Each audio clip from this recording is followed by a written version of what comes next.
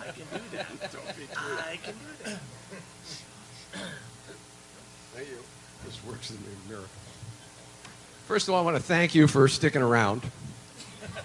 I am afraid that I have to start this with an apology. I had a full 45-minute presentation planned explaining to you in great detail everything that we've been working on this year.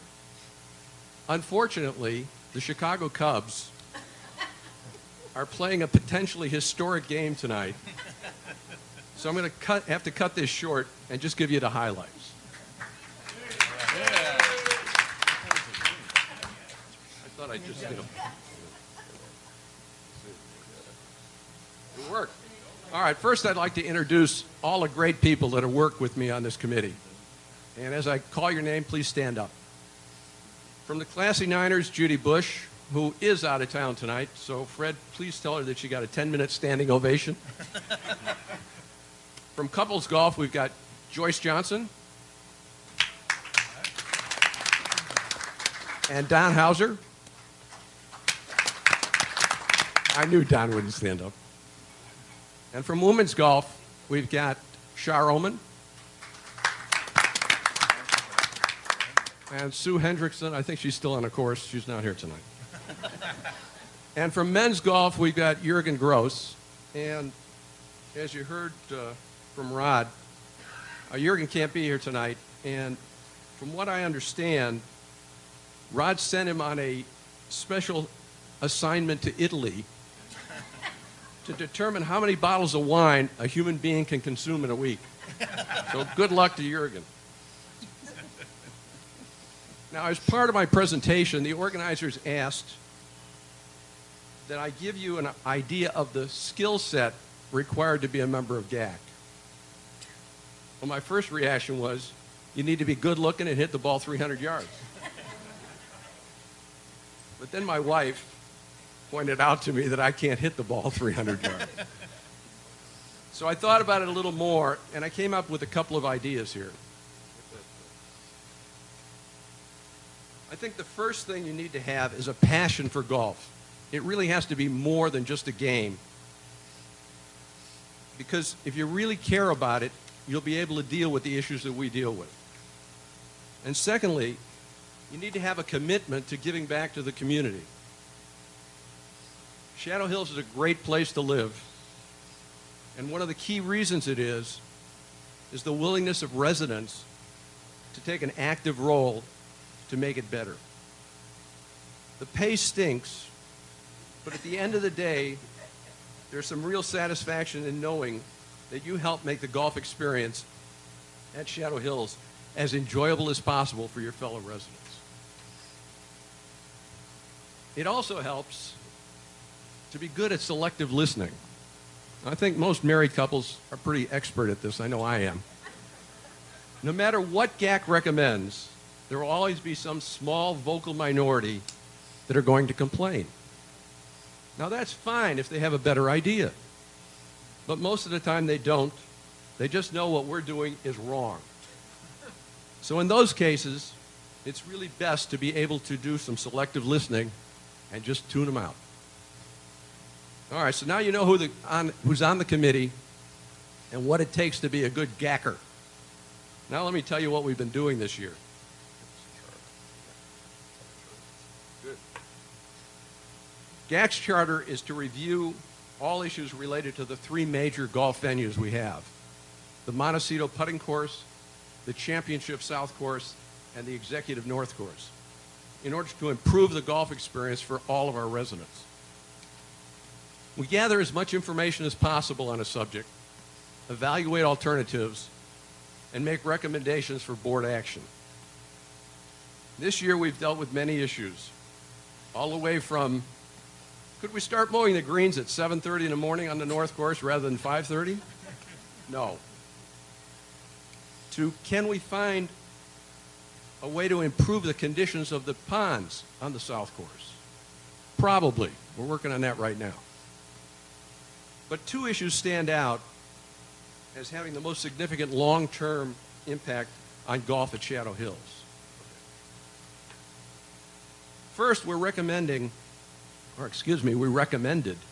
switching the nines on the south course so that the current holes 1 through 9 would become the back 9, and holes 10 through 18 would become the front 9. There's a quiz on this later. You better take notes. The reasons for this move are that most good golf courses start on a relatively easy hole, which is our number 10, as compared to a very difficult one, which is our current hole number 1. And this change allows golfers to finish on our signature hole, currently number 9, leading right into the pro shop and Shadow's restaurant. And in fact, this is the way the course designer originally intended the course to be laid out. The switch was approved by the board a couple of months ago. And right now, new hole monuments showing a picture of the hole and the various yardages have been ordered. New in-ground yardage markers are being developed, and new scorecards have been printed. The change will be implemented when the course reopens November 7th. The second thing that's taken up a heck of a lot of our time is the Golf Master Plan. This is a comprehensive and cohesive plan prepared by an outside golf design firm to act as a blueprint for the improvements to the golf venues over the coming years. And after significant discussion and many revisions, GAC recommended that this plan be implemented, and thankfully, our board, at their last budget session, voted unanimously to approve it. Now, there's 4 key elements to the plan. The first is the Montecito putting course. We're going to significantly improve the playing conditions by modifying the slopes, removing some of the trees, and significantly improving the irrigation system and the quality of the turf. And we're going to add lights so that the course can be enjoyed by all residents and their guests throughout the day and into the evening.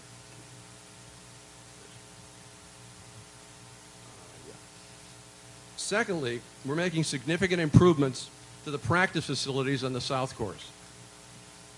We're eliminating the 1,800 square foot pimple we currently call a practice putting green and replacing it with 2 real putting greens, totaling over 9,500 square feet, which will provide much more worthwhile practice and ease congestion. And we're reshaping and enlarging the driving range by 15,000 square feet, which will reduce congestion and greatly improve maintenance. Here's a picture. I don't know if you can see it well enough, but basically going along the middle is the current cart path, and right above that you can see the 2, they're not exactly circles, but those are the 2 new putting greens and the enlarged driving range. And this should make a significant improvement to this golf course. Okay. Next thing we're dealing with are the bunkers on the south course. We're implementing a project to replace sand in all the bunkers and at the same time repair erosion and drainage problems on certain bunkers. This is similar to what we tested on the 16th hole last year and should greatly improve playability and the appearance of the golf course. And finally, we looked at water conservation. And we had a turf reduction program to help cut our water usage during the drought. But it turned out to be much too expensive to implement without a significant special assessment. So instead, we're undertaking a major irrigation project to improve watering efficiency, including converting our overhead watering of landscape beds to a drip system, which will significantly conserve water. All of these projects are now underway, and actual construction will begin in June of 2017 and be completed in September of 2017.